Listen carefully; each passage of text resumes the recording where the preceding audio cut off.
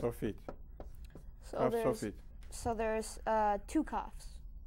There's a There's a kaf that appears in the beginning or middle of the word, anywhere in the word, and then that same letter, if it's the last letter, it will be this particular form. So it's just kaf, but added with the sofit. That's right. And so we also know that there's a chaf.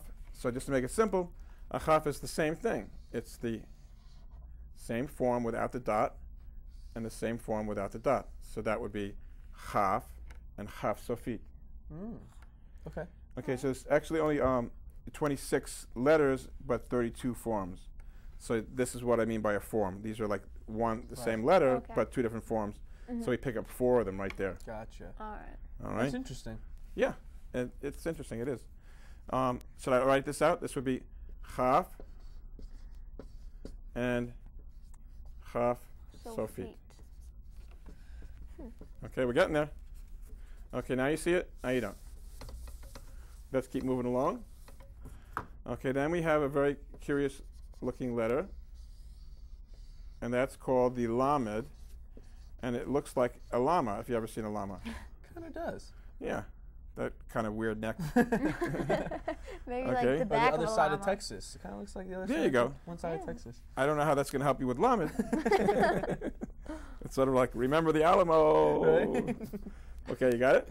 Yes. Now you see it, now you don't. Lamed. Then the next one is mem. Okay, that's sort of like a vav on its side. Like that. And that's mem.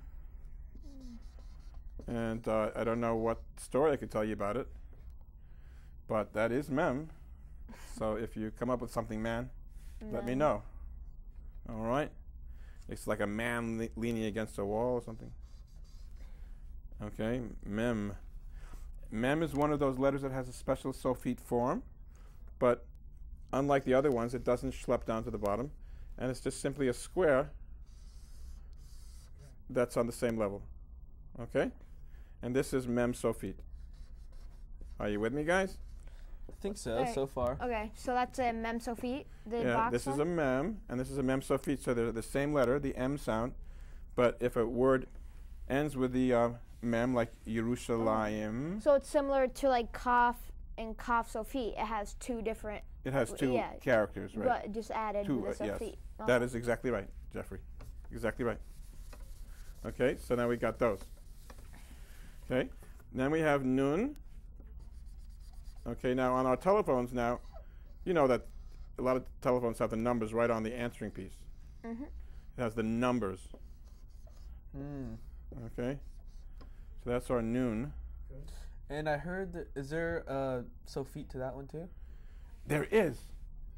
Did you take this course before? I think so, no. Okay, and that one, what you do is start making it, but bring it down far. And that will be your nun sofit, your ending. So there's a good amount of words or letters in the Hebrew alphabet that have sofits in them. A fair amount. Yep. Okay, you got it? Okay, I want to try to get to the end of the alphabet before we run out of town. Okay, here we have nun. Then the next one is samech, which is like a circle, but it has a little flip over there, sort of like a fancy haircut. And this guy that has this fancy haircut is named Sam. Okay, samech. Okay, but that's not really part of it. That's just being silly, right? Samech. Okay, so you have to look carefully. That looks similar to the mem sofit, right? So you have to see if it's rounded over here on that point or if it's squared.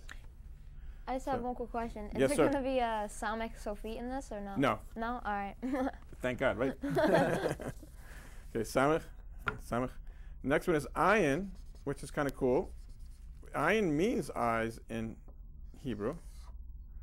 And there's the two eyes. Look at that. Okay. That's cool.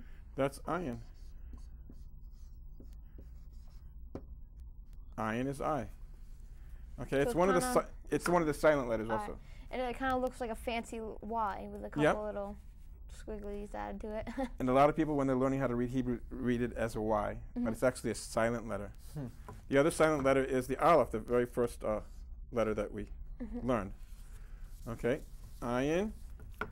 And then the next one is pay. Pay means the mouth in Hebrew. So that you can see that somebody paid the money. See the money, the coin? Put your money where your mouth is. Right. Pay. Pay. Now this is one of the ones that have another form. And it's the same exact thing without the dot. And that will be the girl's name, Faye. Okay, and then there's one more for you. And that is the Faye Sophie. Another one? Yeah, another one.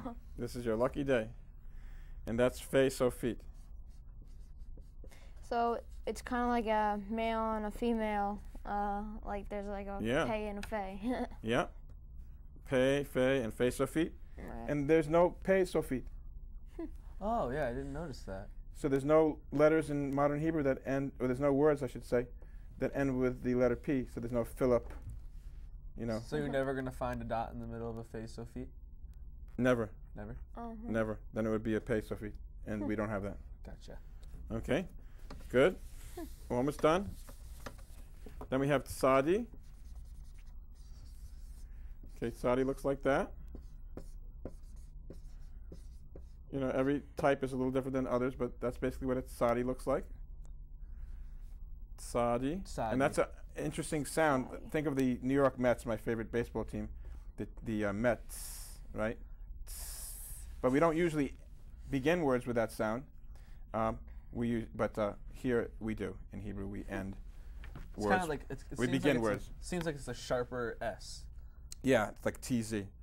And just to conclude for this first segment, Sadi, Kuv, Resh, Shin, Sin, and Tov. I'm sorry I had to erase those in because we're running out of tape. Okay. So that's Kuf, Kuf. K-U-F. That's Resh. Resh. Shin, with a dot on the right side. And it's no sin to be a lefty. And the dot on the left side. Shin is on the right. Sin is on the left. And Tav with its toe. See its toe there. That's Tav. Of course, for Torah. There you go. Exactly right. That is the beginning letter for Torah. And I think we've run out of time for today, but you guys have been an excellent class. We've made it through the Aleph Bet, and I thank you very much. Thanks you, so much, Rabbi. Yeah, thanks for being on this show. Appreciate it. And so learn your Hebrew, learn your Aleph Bet. It's really not very hard at all. Shalom. I am Rabbi Praver.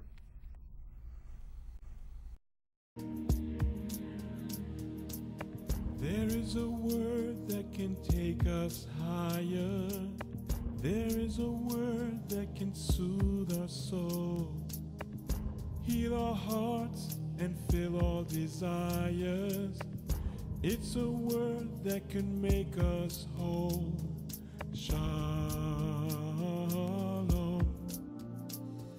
Shalom. There is a word that can move tall mountains and raise a valley up to the sky. It sings all songs and paints all pictures. It raises our souls up high. Shalom.